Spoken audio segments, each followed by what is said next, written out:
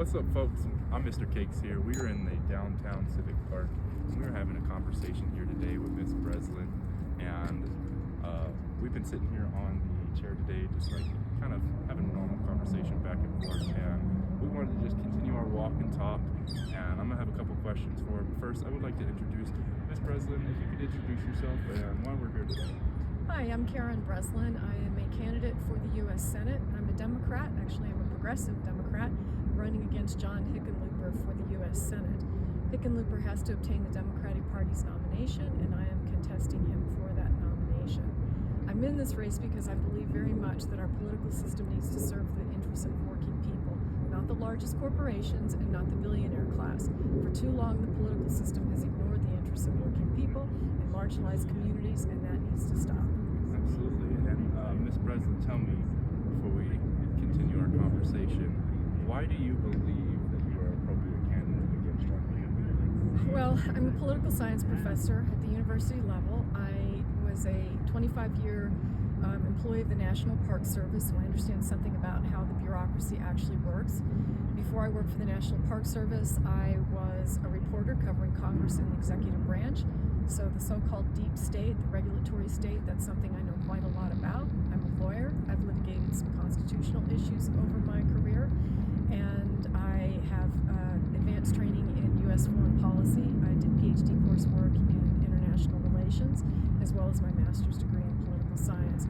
So I think I understand the operations of the federal government pretty well, the various issues that it faces at a national and a state level, and I think that will allow me to bring some insight into the challenges that face our country.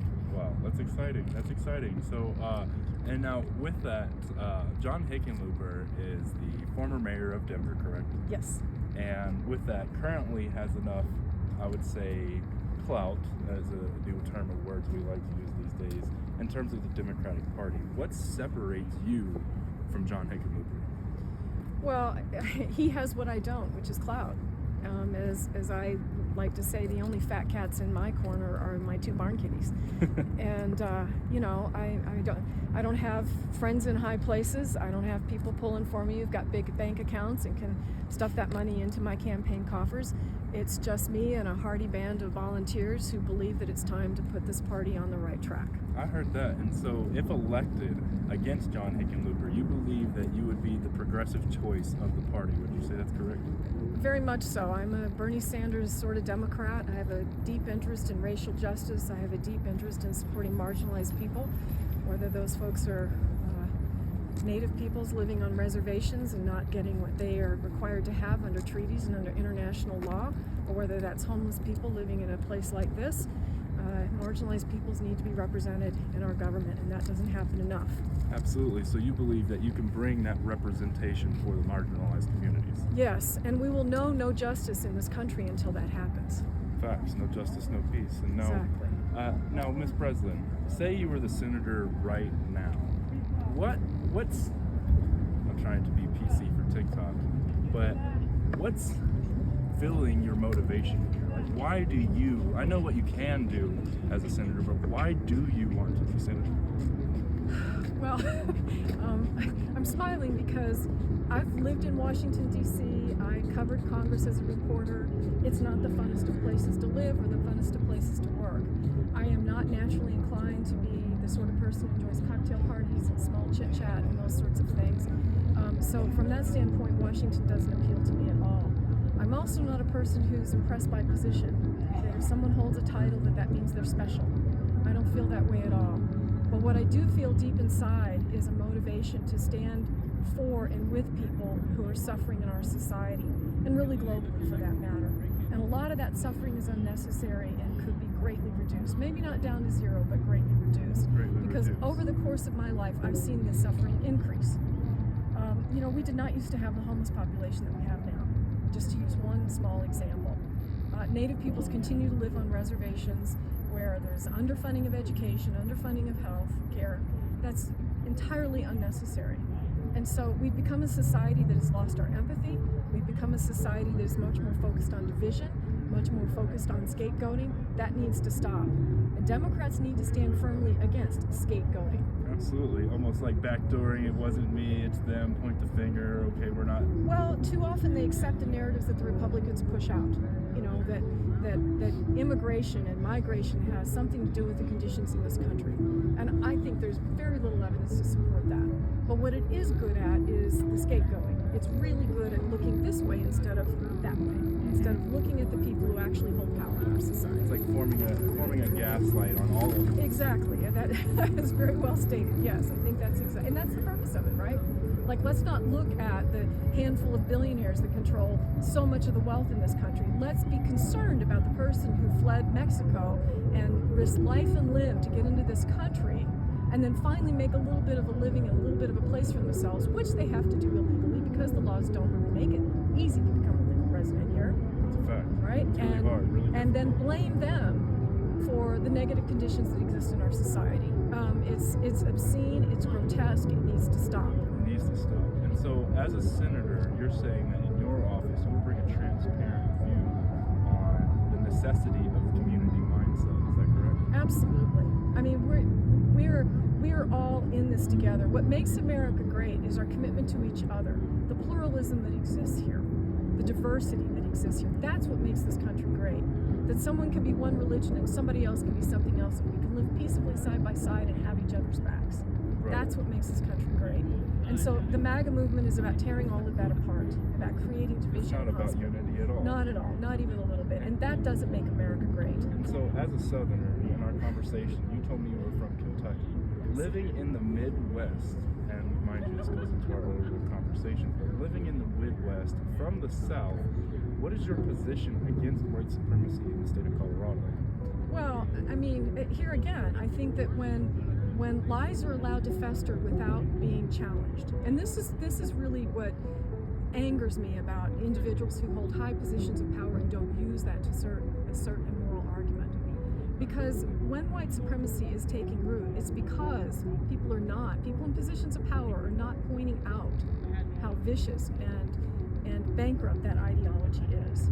And they kind of are coy about it a little bit, right? Pretend it's not really what's going on. Immigration is all about white supremacy at its root. That whole issue is all about white supremacy at its root. And it needs to be called out for that. And I'm more than happy to do that as U.S. Senator, because that's the right thing to do. That's what we have to do. Exactly. It's not a matter of if or who or why, it's a matter of humanity.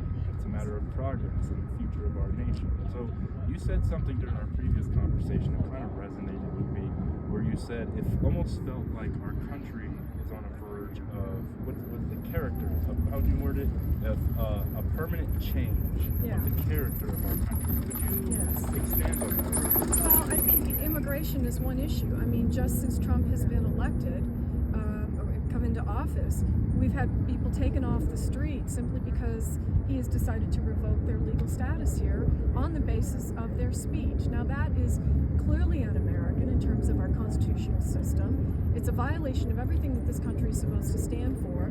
And while there's been outrage, there's not been sufficient outrage from some of the most powerful people in this country. It's been very modest. Yes, exactly. And I don't understand that. I don't understand that. And so you're saying you're willing, as senator, to go against the grain? Absolutely. I mean, you can hardly shut me up about this stuff. I mean, we've been talking for a nice minute on the subject, and so now, as we progress, you understand that Senate plays a lot of things. And mind you, I'm glad you helped educate me a little more. How much power does John Hickenlooper have, and why has he not used that power to target these missions? Well, I think that part of it is, I mean, I can't speak, I don't know him. Okay, so I'm gonna preface You're just running that. against him. Yes, and I will say that my desire to run against him is not personal in any way, shape, or form. But politics and elections are about choice, are about showing how you're different than the person you're running against. And obviously, if I was satisfied with the job he's doing, I wouldn't be running against him. You wouldn't be running against him. Exactly. So there's that, and they work long hours, and their lives, are used up. Their personal lives are used up with official events and all of that sort of thing. So, I respect that level of sacrifice.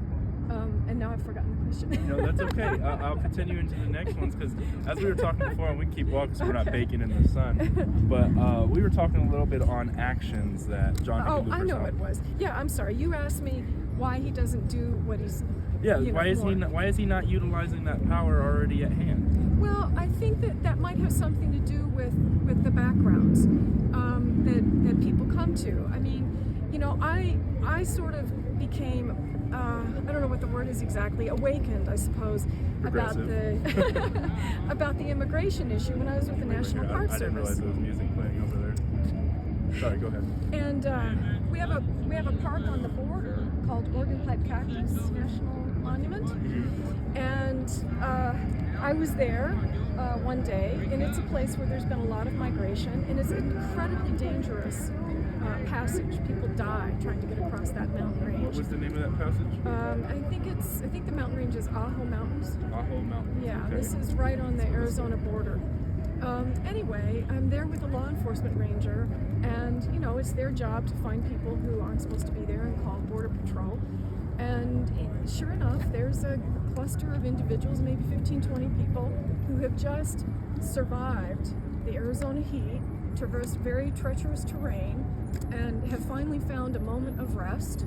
And it's young women and children for the most part, a few young men, just feeling like you would feel after you had done something, and looking like you would feel after you'd done something like that. Yeah, it's a journey. It's a journey. It's a journey. Right?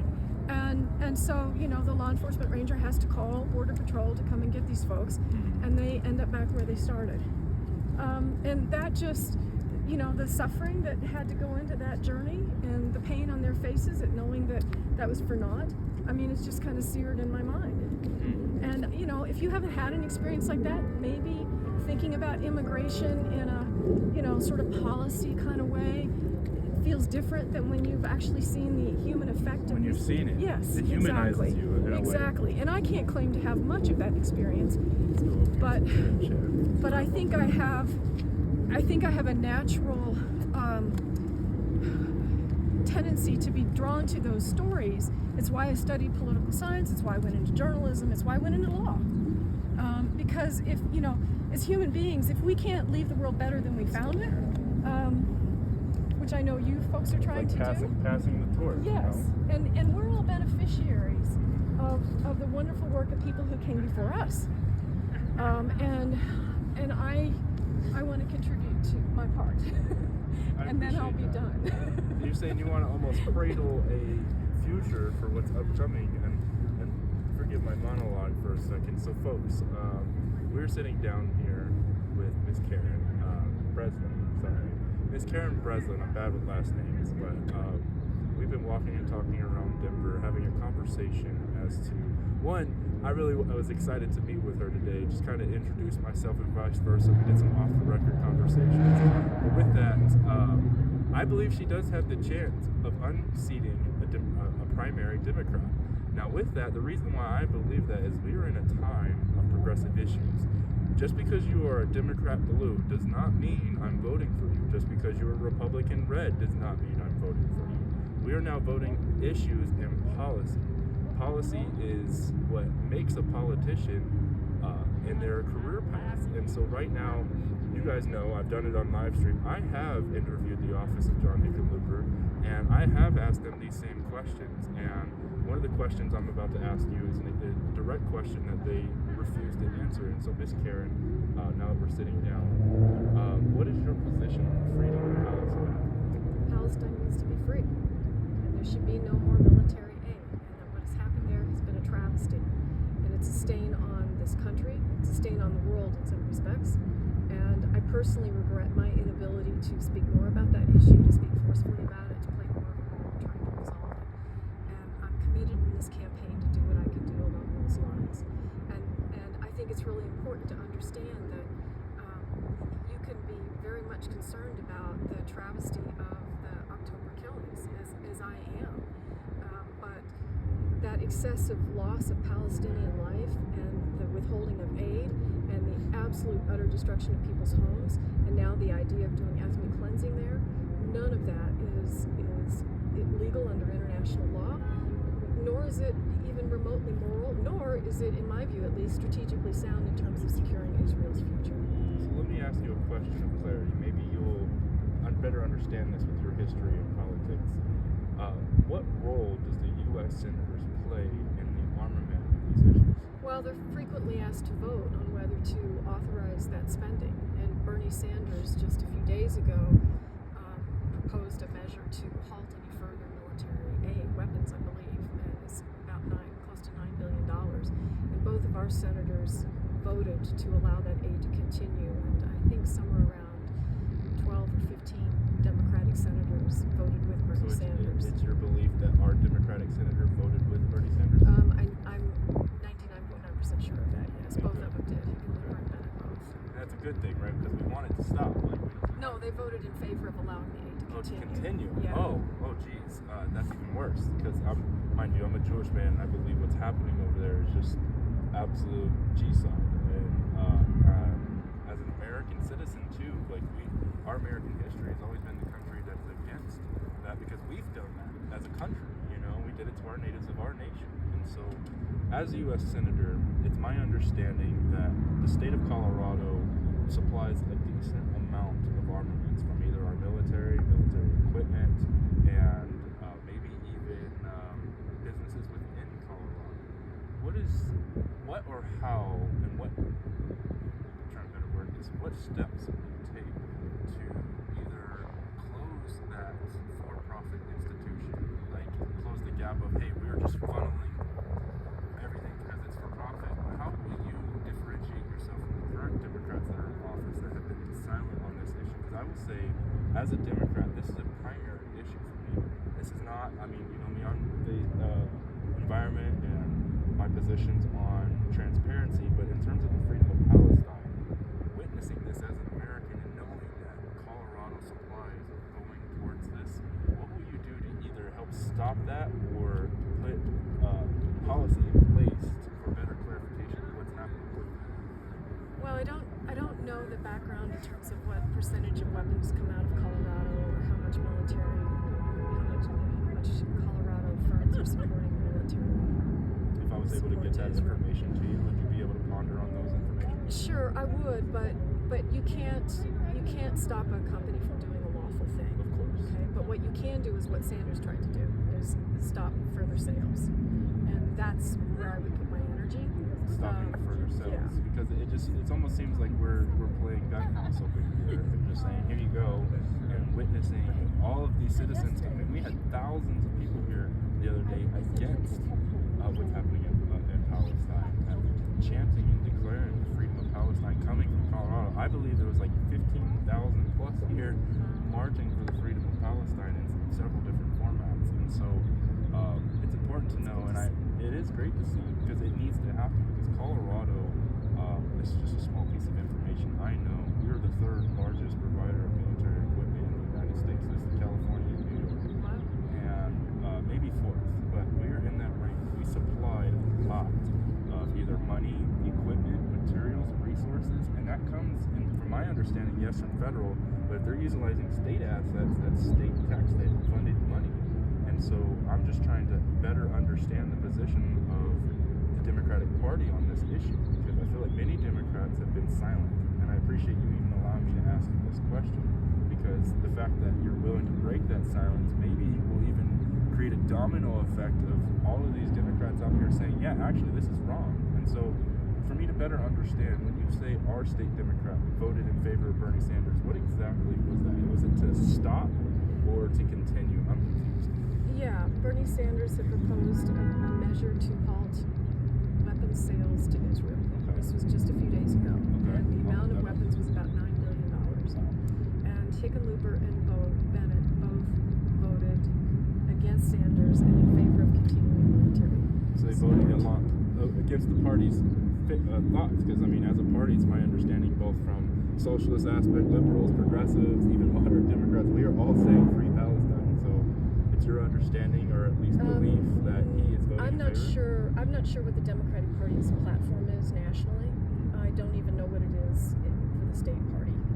So I can't say whether their position is contrary to the party's position. Interesting. It's contrary to mine, but so your position is the freedom of Palestine. Palestine, not the Democratic Party. I don't know what that position is. Understandable. And it's actually good to have these because personal positions are actually the most important because, again, at the end of the day, it's not going to be the party signing that signature. If you became senator, you would be signing that signature, so it would be your decision on whether or not to sign that signature. So it feels good to me knowing that a person running for Senate is willing, because at the end of the day, whether anyone wants to agree with what politics aside, what's happening over there is wrong.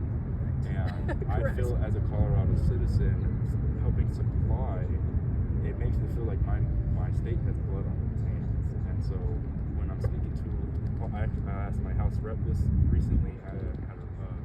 When I was with Hickenlooper last year or earlier this year, we asked them the same thing, and their position was no comment. And so the fact that I was able to ask you that, and you did not hit me with a no comment, and then in the video call, this is very important to me. So as it stands, I'm a community member in Denver, and I have won testimony, interviewed, and reviewed statements, thoughts, biographs, poems of folks that live here in Denver that declare the freedom of Palestine. And Miss Karen here, is it okay if I call you Miss Karen? Is directly state the freedom of Palestine. And you didn't state that you can't stop, but what you can do is put pressure, correct? And so now with that, I always like to teeter, but why did you move to Denver? Or like, what brought you to Colorado? I mean, it's not on my big list of questions, but since we've been chatting, you're from Kentucky. Why? I know why I came from Tennessee, but why did you come to Colorado? Well, we came here when I was a kid, so my father got transferred out here. Military? No, he was a sales rep for a company. He was part of the industries, which I don't think is the same. It was taken over, and his office actually was just a few blocks from here. It's just Nice. kind of interesting. So local, very local. So you've pretty much grown, raised, seen everything about here. Pretty much. We moved back to Kentucky when I was in, let's see, how old was I? About starting junior high school, because my parents got a divorce, and then my mom realized how unfortunate it was that we were living in Kentucky instead of Colorado. And as soon as she could figure out how to get us back, we got back. So I love I've been that. here pretty consistently since 1978, with the exception of the year that I was in the Baltimore, Washington area covering Congress. And so, since you have some history, I've only lived in this state for 11 years. I'm definitely an implant myself, but I came here because I love our environment. And actually, what attracted me here was my first thing I did the moment I got here was get my state park pass. And the fun part about this, I actually got it from the library. I got my library card, and then they gave me a state park pass. And then I went to the state park on my own. And I love the environment. So, as a senator, what role does a U.S. senator play in the protections of the environment? Well, you can write laws that you hope will be enacted, or bills more accurately, that you hope will be enacted that will protect the environment. And we haven't had any significant environmental protection laws in about 50 years. Really? So we think about climate change. You know, the Democratic Party is pretty good about talking about climate change, but they are not very good about, spending money on renewable energy is about the extent of the party's policy on that. But we ought to be thinking about things like protecting carbon sinks, which are just natural places that absorb carbon, because it doesn't do damage to the earth.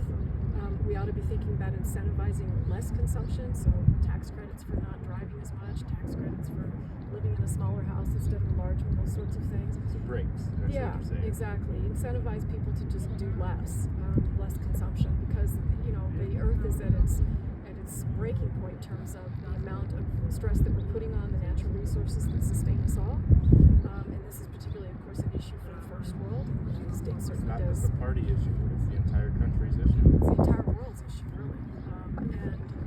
And so there needs to be laws that really are much more forceful in protecting what remains of the natural world. And it's under assault and continues in a pretty disgusting sort of way, if you ask my opinion about that. And there's been too little legislation around that. And the interesting thing is, environmentalism was such a powerful movement in the late 1960s and early 1970s, and the major laws that we have now go back to that activism. But that conversation has been hijacked into exclusively about climate change, and the climate climate change conversation has been hijacked exclusively into renewable energy without thinking about energy consumption, without thinking about a good quality of life. Do you need a 3,000 square foot house, or could you live more out of a 1,500 square foot house? And until we connect our lifestyles with the issues that we have ecologically, we're never going to be able to make any headway on this problem. And this is really an issue for future generations as they live in a depleted natural world. You can see the level of development that's occurring around the metro area. And, this is bad from a climate change standpoint. It's bad for communities that don't want to see every drop of natural, every square inch of natural land being converted into asphalt and buildings. But it's ecologically unsound because that's biodiversity. We think about biodiversity as something that happens in the Amazon or, in other more remote parts of the world. And of course that is a factor, but it's a factor here as well. And so we collectively need to show the way as one of the more consuming societies on the planet. We need to think about how to live better. And it's not a question of, I'm going to have less. You'll have a better life potentially if you choose it. And again, I'm talking about incentivizing. If you want to drive a big old car, knock yourself out. And I don't think that the government ought to tell you that you can't do that. But Everyone has their own lifestyle exactly, choice. You're just saying you would offer like a more passive approach of like, hey, instead of us having to throw all of our assets into renewable energy or throw all of our things, you're like focused on what actually works. We know carbon locations work like for centers. Yeah. And we know that even parks like this park in itself cuts down so much CO2 emission. And if I'm not mistaken, at one point in time, because this park's been here for like 20, 25 years, give or take, they didn't want to do this back in the 1980s, but they did it, and guess what? Here we are in 2025, still enjoying this park. Oh, this park's older than that. I don't know how old. Well, I'm pretty surprised because like that's still the original stone, so it's and it's been preserved and maintained, and we're even here on a free park day, we're just coming to have a conversation. So. And look at what it contributes to the quality of life. Like and I believe in a shorter work week too, because we would have a better quality of life. We would have less stress. It makes a lot of sense. Now, should that be done legislatively by federal legislation? Probably not, but could you incentivize corporations to do that? You pay less of a tax if you have a 35-hour work week. Now, they don't pay enough taxes now, so that would have to change in order for that incentive to mean anything. Of course. But, we've been stuck in a fairly narrow policy framework for decades, literally. And none of the major problems that are facing our country or the world are getting better. So we've got to start trying some new ideas. So let me ask this. So just to kind of close down the environmental item, because some companies out there which make a big sway, and I'm sure pat the pockets of both Democrats and Republicans, they see politicians that are pro-environment as combative, problem makers. Like they're just going to say this is an issue, but all they're going to do is just ring a bunch of doorknobs and call it a day. So how or what, or maybe already, will your soon office or building office, what will you do if you are elected senator to ensure the security of our parks? Well, I think, as a U.S. senator, you're one of 100. And you have the House of Representatives, and you also have the president. So as a single sitting U.S. senator, you don't control everything. But what you do have access to is a very powerful platform. And I think using that platform to protect the places that people value is absolutely essential. And I think our two senators do a reasonably good job on that. I think where the things fall apart a bit is when we think only about protecting parks. We need to think about protecting all of the natural lands that still exist because they're so important. Yes, even the granaries that are on the sides of the roads. And protect doesn't necessarily mean no use. It just means that we think about what they contribute ecologically, and we think about whether a use is appropriate. So, I live in the south part of town, and there's like 5 or 6 car washes going up in a really small. I can't stand these car washes. They're everywhere. Everywhere. Is that a good use of that? In a state with water resource issues. And also a loss of natural landscapes. So you actually just said something that was a key word to me. I interviewed a gentleman running for U.S. Senate, or not U.S. Senate, State Senate. I'll look his name, Mr. Trent. I forget his last name, but ultimately, that's fine. But Mr. Trent, he told me that his biggest issue out towards Powers County, towards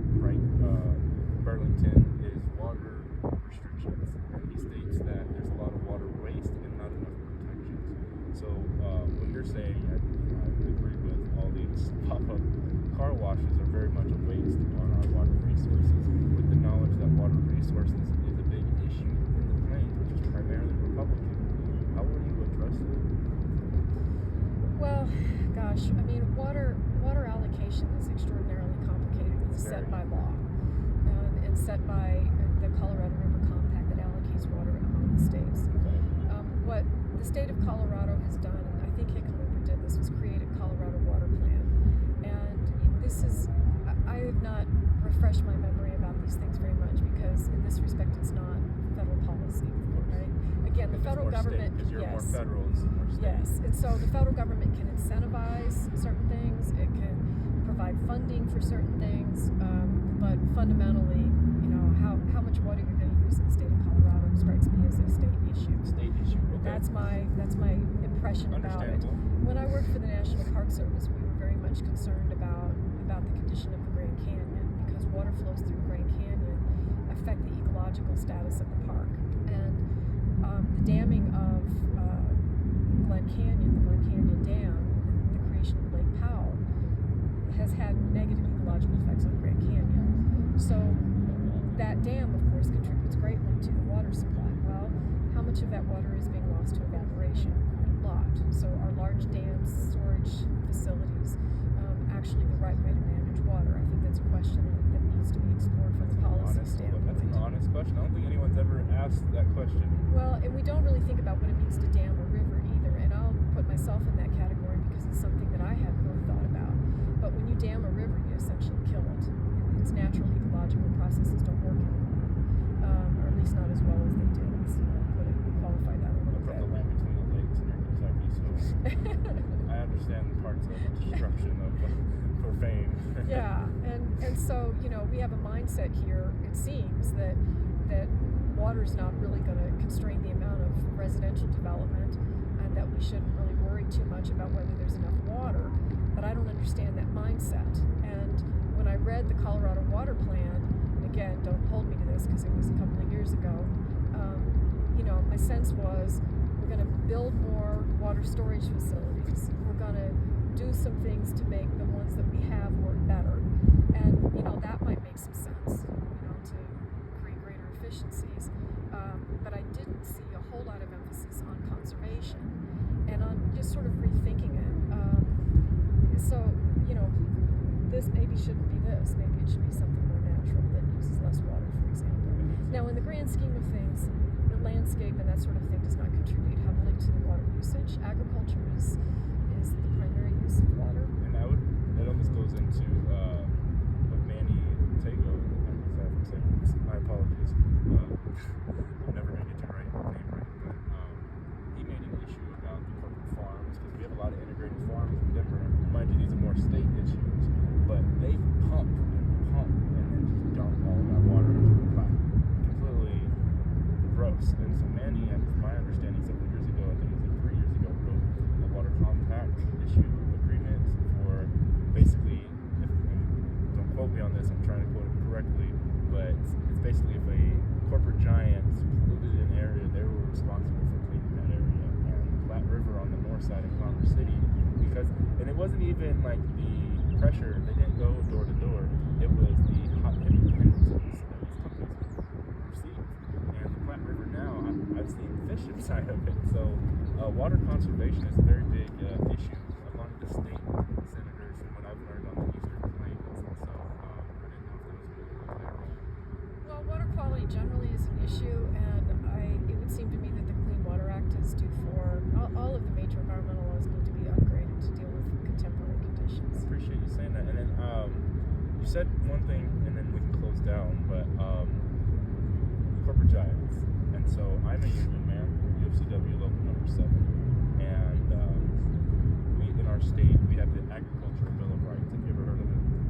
So the Agricultural Senate Bill SB 21-087 that was built by the state Senate and put into the federal Senate, from my understanding, and is now constitutional.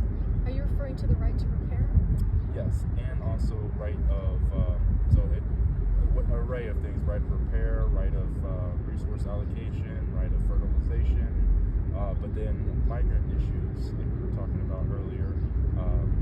The Agricultural Bill of Rights say I was a migrant and I worked on a farm, and that farm only wanted to pay me for my living wage to live on the farm, but not pay me an actual wage. You're saying, oh, well, you live here, here's $2.50. The Agricultural Bill of Rights stopped that and made it to where all farmers had the right to organize, unionize, and demand working living wages. And so, from my understanding, that is under fire in Colorado. Now, mind you, it's a state issue, federal. What role does the U.S. Senate play in the protection of farmers? Well, the giant agriculture bill that comes up every 2 years sets agriculture policy, and most of that federal money, if my memory is serving, and again, this is a couple years ago that I looked at this, about 70% of that goes to the largest producers. Okay. And this is not an area that I can claim any particular depth of knowledge about, but I would certainly want to look at how to make that bill more friendly to family farmers. Family farmers. Okay. Small scale operations, because the concentration of food production in the hands of large scale, does not seem like a good thing. What can we do to use the agriculture bill to provide greater support for smaller farms and also encourage ecologically sound production? I like that because I'm from the South. Farms are our livelihoods. Youngest of six. I grew up on a farm, farming and tobacco farms. And so, but I witnessed growing up the complete diversity that still is present in the South. And in Colorado, I was proud that Colorado presented a format to protect the farmers of our state. And so I'm not sure if there's any policies or things that you would ever present, but I've been just bringing, especially since you are a U.S. Senator, or running for U.S. Senator, the Agricultural Bill of Rights, SB 21, it's under fire by our Congress. It's under fire by Lauren Boebert and Gabe Evans, who have both called it a woke policy, but it is written by bipartisan issues. And the reason why they're attacking it is because they believe that it's given an umbrella to migrants who come over to Colorado, demand higher working wages. It's a mediocre argument against it. So I just wanted to bring it to your attention. Agricultural Bill of Rights, and then since we're tying down Alejandro with his car, but if you are elected, what do you mind doing? We've covered an array of items. What's something that sticks out to you that we might not have covered, or something that you would like the audience to hear that you believe in?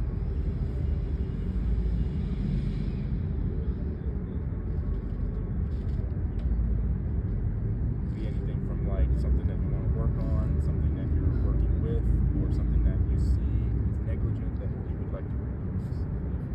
Well, we need consumer protection. So the attack on the Consumer Financial Protection Bureau is exactly the wrong thing to do. We need consumer protection because that ties into ecological protection as well. You buy a product that lasts a fraction of the time that it should and it ends up in a landfill, that's just stupid. So, if that doesn't look like regulation, and there's reasons why maybe that's not the right way to handle that, like mandating production standards for goods, that a refrigerator has to last X amount of time. Federal. Yes, that might not be the right way to handle that, but what would be a good way is to maybe require some disclosure.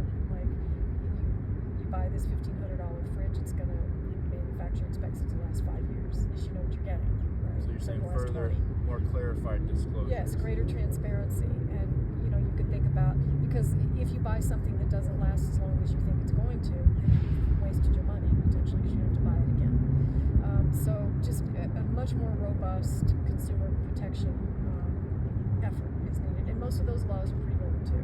Like the things that really made our lives better in a whole lot of ways, they've not been updated. We've not thought about the new risks, and that needs to happen. And it needs to happen from the So you're wanting to come in with an open book, like, hey, these are some of the things that have not been updated. Here's what we should discuss. Yeah, and I mean, as a single senator, you've got to have bipartisan agreement. You've got to have support among your colleagues, and so mostly it's about opening the dialogue.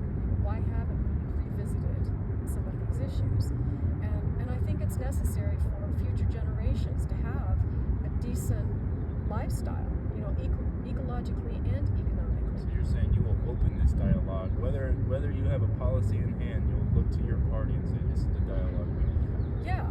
because no one person can have all the answers, right?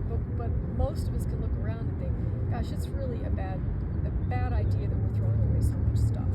Why are we doing that? And many of us are drowning in stuff. All of the storage units that go up because we don't have room for all the stuff that we have. What could we do to sort of fix that problem of kind of simultaneous overabundance in our society, and then people who have too little? Can we redirect it? Can we figure out a way to sort of solve this problem? And some of it, again, is just, I think we need to think about plastic pollution. There's one we have not talked about At all. It's a health hazard. It's an ecological hazard. That's something that takes federal regulation, in my opinion. It's in our brain now. It's in our bodies now. Regulating artificial intelligence. This is something where I think the senator and I disagree. He's more inclined to have the companies do self-regulation with some third-party verification. I think it needs to be straight up federally regulated. No more dancing around the topic. No, and I know that that's unpopular because the thing that always gets said is, oh, well, then you'll hamper the competitiveness of American industry. I think with the technology that runs the risk of pretty catastrophic consequences, that it needs to happen regardless. And I think that's the other thing that we need to really rethink is that the pursuit of profit should always take precedent over the public good. And for too long, the Republicans and too many Democrats have operated within that framework. If it's not going to grow the bottom line, then it's not worth doing. And if it's going to hamper the bottom line, then it's definitely not worth doing, right? And I appreciate that. I appreciate the fact that we have to be mindful of the concerns that industries have, and we have to think about the effect on the economy and on jobs. But that does not mean that the conversation should end. How do we achieve these goals? How do we continue? Yes, without unduly burdening the economy. Or hitting a block wall that's blocking us in between. Because corporate profits are pretty good. The wealthiest in this society are doing quite well. But we have ecological destruction. Stock market's been plummeting. Well, but that's a whole other conversation, right? That's more about vague, general, but I'm more about you, so. Working people in this country have been losing ground for about 50 years. And that just can't continue. I'm 28 and I feel like I don't have much ground in the working class.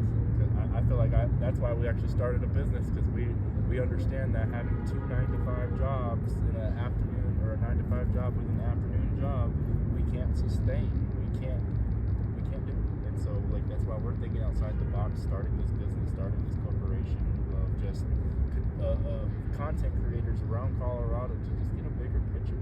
And so I appreciate you sitting with me today. You're welcome. Thank you for your time and your interest. No, thank you for your time. You're the one that's running for Senate, not me. So all I'm going to say is with this. So, folks, I'm Mr. Cakes. I am a live streamer here in Denver, Colorado, and I follow topics related to politics, finances, local government, state governments, federal government, and 3 of my biggest topics have always been and will always be our environment, our farmers, and our workforce.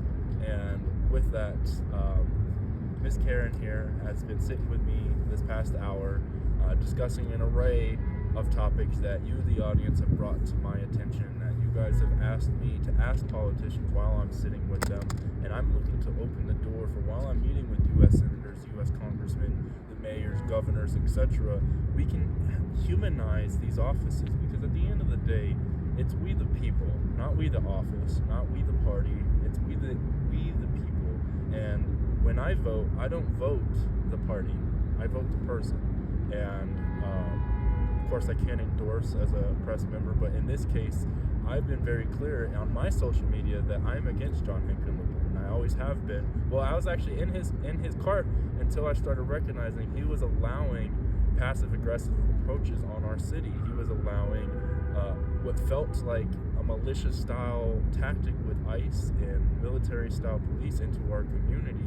It enrages me. And so when we set up this appointment, I was so excited because Miss Karen here, she is the definition of a grassroots. She has no main donor. She has no big outlet that's saying, hey, do this, do that. And from my understanding, she's against lobbyists. She's very progressive.